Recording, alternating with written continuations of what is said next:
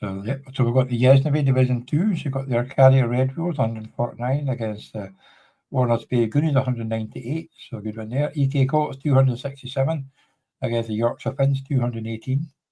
The Darlington Rams 231 against the Leeds Lepers, now 0-10, 176-20. The Ancoats Citizens 186 against the New Barstow Masters 144. New Mexico Chupacabras 194 against the Solihull Sharks 186. And the Orkney Warriors 179 against the very own Martin 193.82. So it's a good win for Martin to go 7-3. So obviously we've got the Ancoats Citizens at the top 8-2. You've got 2 7-3s, AK Colts and Soren Flyers, and you've got 3 6-4s, Waterloo Warriors, Darlington Rams, and the New Barstow Masters. Then a couple of 5-5s, Yorkshire Finns against the Warner's Gate Goonies. Solihull Sharks at 4-6, and then you've got the Arcadia and Newcastle. New Mexico Chupacabras at 3-7, and the Leeds Lepers at 0-10. Oh, it just doesn't look right, does it? You really want them to get rid of it. I support the Leeds Leopards and all their efforts to get rid of that. Oh, I have to say. But the top end, the Ancoats Citizens can start thinking about, certainly thinking about the playoffs going after the divisional title. But they're kind of a couple of wins away from auto promotion up into Division 1 as well. EK Colts and Soren Flyers. I mean, if Martin can get the double promotion, that would be some going, to go up and up again. Looking very good to do so as well, sitting there at 7-3. But those 6-4s are going to be looking over their shoulders. Certainly at Yorkshire Finns and Warner Bay Goonies at 5-5. Lots to play for around there, I mean, to be, the Warren Warriors, Darlington Rams, New Barstow Masters, they might not make the playoffs and they might get automatic promotion. They are in that rate. That's the range that they're sitting in, so it's EK Colts and Soren Flyers there, even if they kind of go on a wee bit of a losing streak now, if they get 1 win out of 3, 1 win out of 4, that should be enough to get them in the playoffs, whereas it won't be enough for the other 3, so they could still get auto promotion. They're only 1 game behind that. They could also miss the playoffs still. So big games coming up for those ones as well. And you have to think that if you're sitting at 6-4 now, you would really like to finish 3-1 and keep that ratio kind of ticking over, and finish 3-1. Or even just get the next 2 wins to give yourself a bit of breathing space that you'll maybe need one more.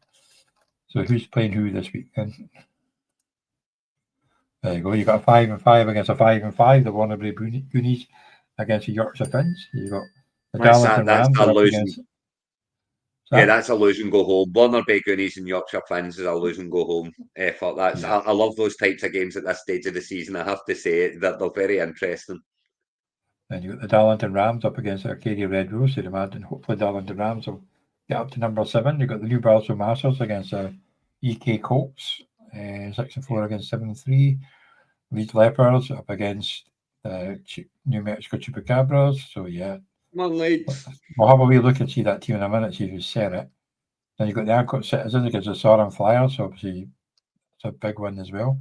That could be a high scoring flag game. Then you've got the Waterloo Warriors over to put the nail in the coffin for the Solihull Sharks at 4-6. So as Leeds set their team, we've got Williams, Algier, Vidal, Moore. We've still got Harrison. Still got Harrison, and that's relatively new information.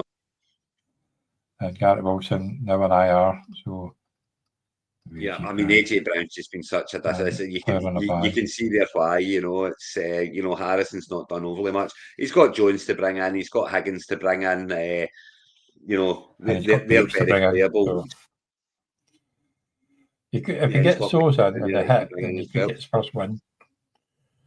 Yeah, I mean, if probably best chance. If he does his team, fixes his team. I mean, the thing is, you're still going to play for. I mean, obviously, he's not going to get the buy in the consolations, but you got to be looking to stay in the division. You're 1 step away from the top division and a shot at the whole shebang. So you don't want to go down cheaply. You don't want to chuck it away. So I would very much still be paying attention if I was Matty. Maybe not over the next couple of weeks per se.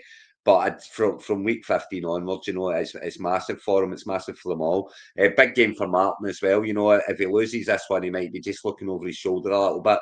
Winning it can kind of confirm his place in the playoffs, and he can start thinking about the top two in auto promotion. So big game there. And New Bars and Masters and EK Colts here as well, 7-3, 6-4. Huge, as I say, EK Colts get the win, and they're definitely going to be in the playoffs at that point. If New Bars and Masters can get the win, then it kind of keeps them, gives them momentum for chasing a top two. So some huge games kicking around there, and of course Darlington Rams. Sam will be delighted that he's running into a 3-7 this week. While others are going to be beating each other up.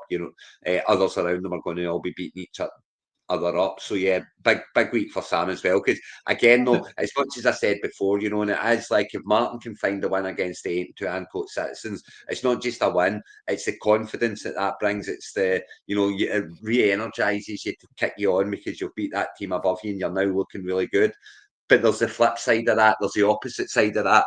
If Sam was to go and lose this game, he'll be delighted that he's playing a 3-7 team. But if he was to somehow lose this game, it just deflates you a little bit, It's like, that's a game I should have won, and there's only 3 weeks left to go, and I've lost it, and yeah, I'm still there, but that's it kind of deflates you a little bit. Is the flip side of that? So it is a big week in that sense for Sam. It's a game that he should win, but it's a game that he needs to win.